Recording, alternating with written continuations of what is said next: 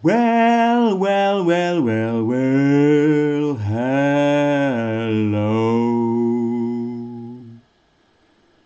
This is Hoagie Bear, the whiskey hamster, and what you see now is not me as usual, if 2 videos count for usual, but instead you see 4 different bottles. More specific, the boxes these bottles come shipped in. And I would like to talk about cask strength whiskey and the question, what does cask strength actually mean?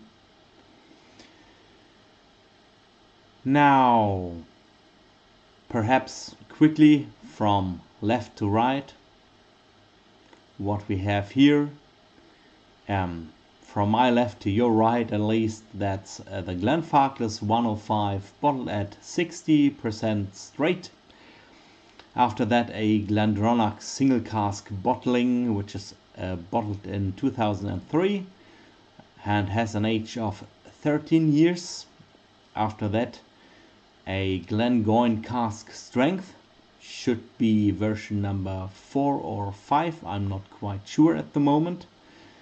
I can't see what it's bottled at the moment, but it's also cask strength as labeled.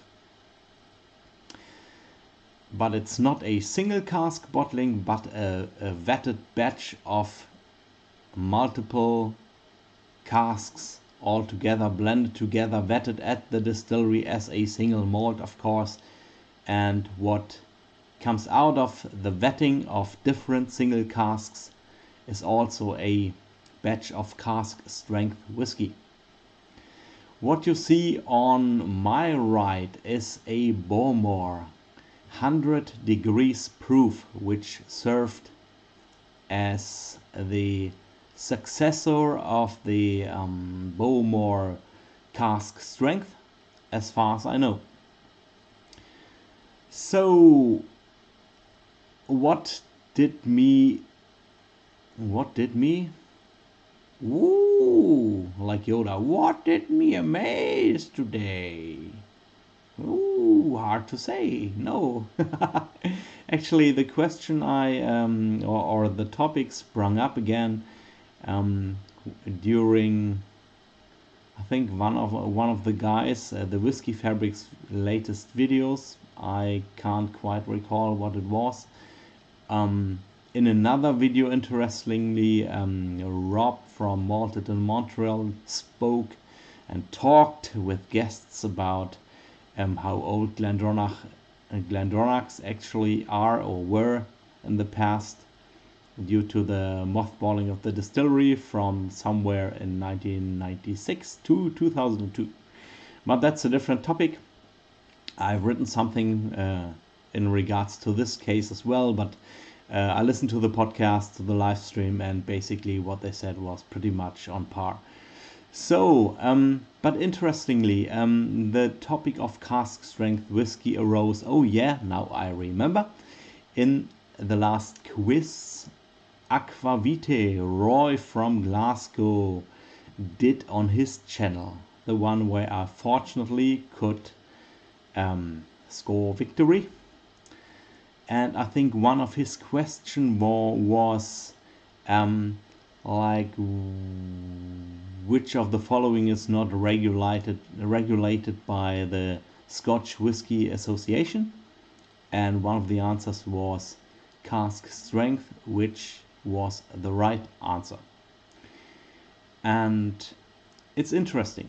So first off, before I get into the topic of specification in regulations in Scotland regarding cask strength whiskey, I like to talk about which does not constitute cask strength whiskey by nature, and that is high strength bottlings like the Bowmore 100 degrees proof, which are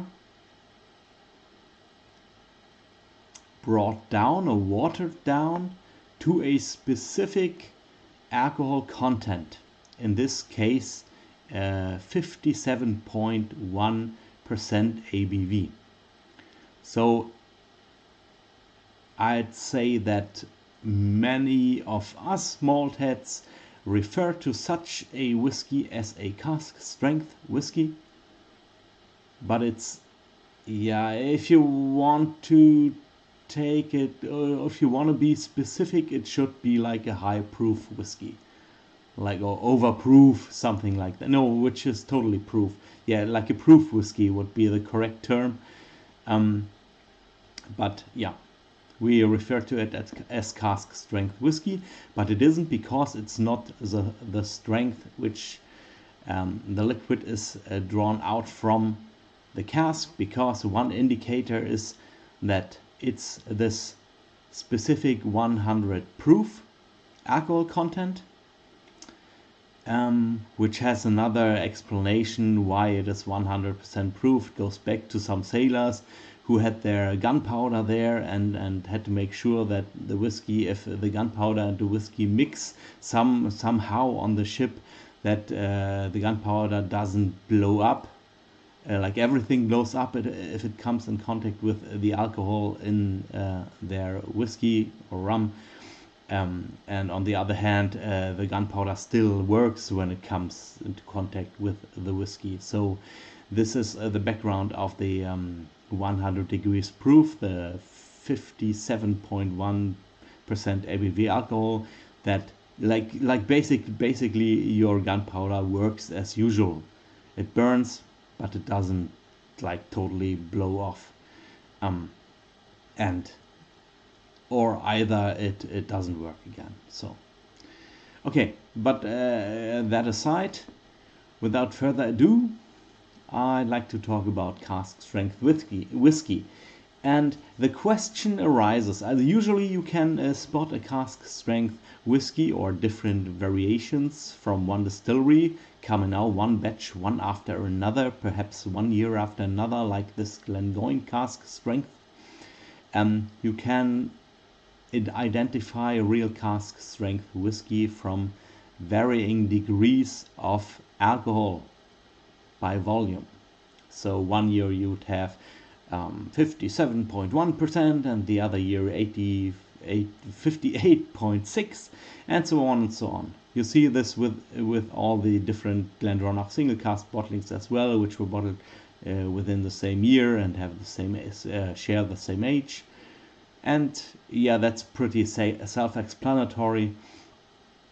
Obviously, as casks age and a different amount of alcohol evaporates, especially if you have single casks and not a vetting of multiple casks, then you'll end up with a different ABV most of the time. Which brings us to the peculiar case of the Glenfarclas 105. 60% ABV. Continuously look in the past, 10 years from now, 15 years from now in the past, it was 60% ABV, and it still is 60% ABV. And although it's not proof strength, but not 100 proof, but 105 proof, which constitutes the 60.0% ABV, one has to wonder if they use the name cask strength to refer to something which is actually not cask strength, but rather high strength whiskey. And that was a question that disturbed me. I don't know, I just a couple of years ago thought about it, and then I wrote to Glenfarclas, better ask the source, because I couldn't find something significantly online at the time, and so I got an answer. And the answer has to do with the regulations I'm going to refer now and tie basically the bow back to the question from the beginning. Are there regulations regarding cask strength in Scotland? We already found out no, in the SWA regulations there's nothing said about cask strength whiskey, but I found an article, and I will link this article in below my video, and it is from a blog. Just let me put this, it's from a blog, wordsofwhiskey.com, and was written on February 25th, 2014. Let me check if I find the author as well. No, at the moment I don't find the author, but it's basically the one who's doing the blog. And he was thinking about the same question I was at the time. And he found out that actually there are regulations regarding the wording cask strength whiskey, but it's not found in SWA regulations, but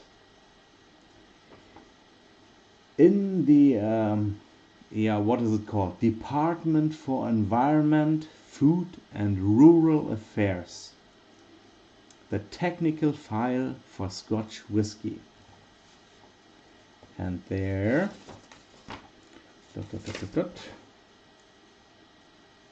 you can find on page 3, you can look it up online, you can under water, the third paragraph on the third page, sorry, you'll find under water, only water as defined of section blah blah blah blah can be used to adjust the alcoholic strength. Okay, and then the next paragraph is the one that's counting. Adjustments to alcoholic strength prior to maturation and prior to bottling, that's the one we are after, are by the addition of potable water, which may be purified, for example by distillation, demineralization or reverse osmosis. The alcoholic strength of quote-unquote cask strength Scotch whiskey must not be adjusted after maturation.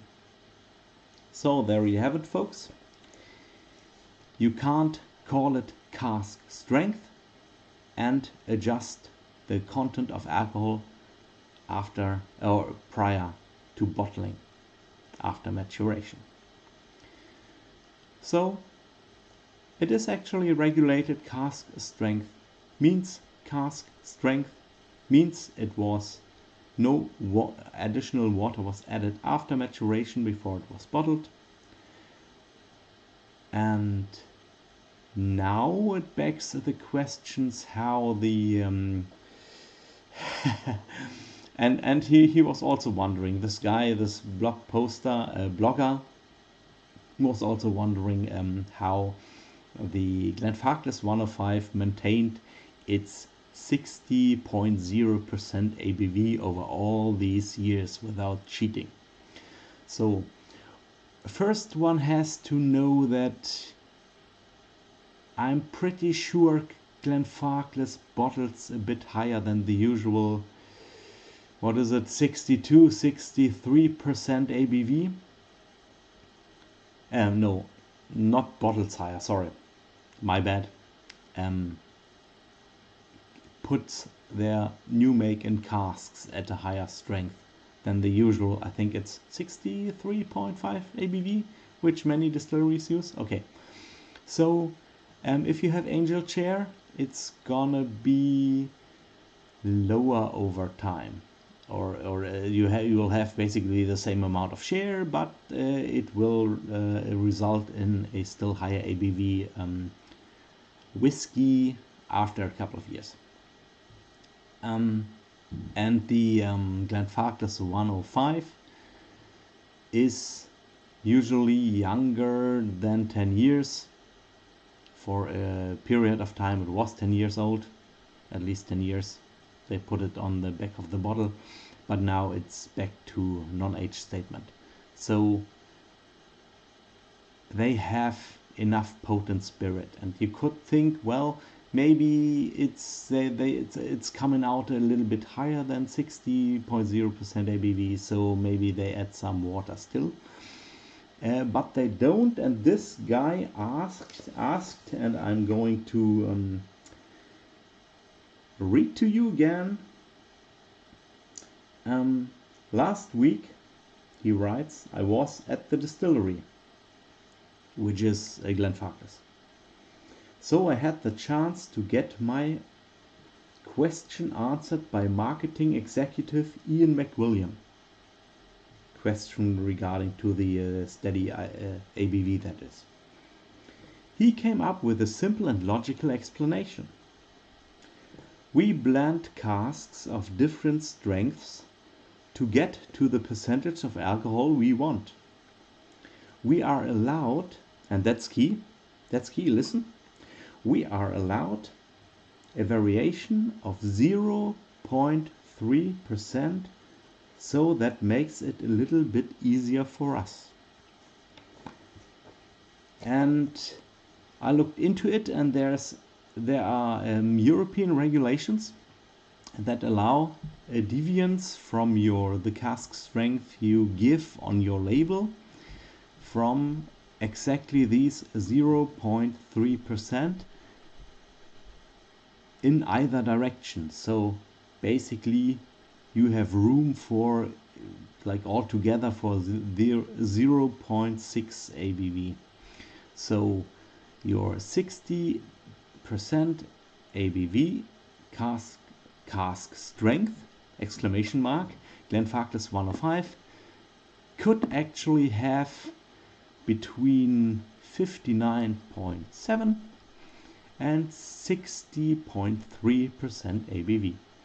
So that's the answer for how Glenfarclas manages to do their steady 60% ABV, and why it is still called cask strength, contrary to the Bowmore 100 degrees proof, for example. So I hope you find this video, if not visually exciting. Well, I mean, I find these boxes very exciting myself, I must admit, but nonetheless, that's more of a listening thing, but perhaps better than to see my head again for the whole time.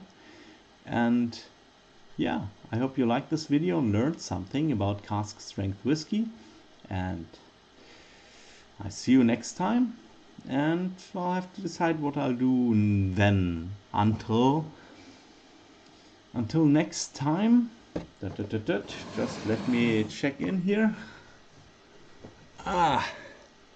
I see you again. Thanks for watching. Thanks for commenting. If you like, subscribe and do anything like this. It's perfectly cool, but I don't mind either way, because I'm doing this content no matter how many people watch. Perhaps it's good for me if I ever catch some forgetfulness, so I can watch my own videos again and remind myself of things I know. Okay, so thanks for tuning in. This was Hoagie Bear. Peace out. Ooh.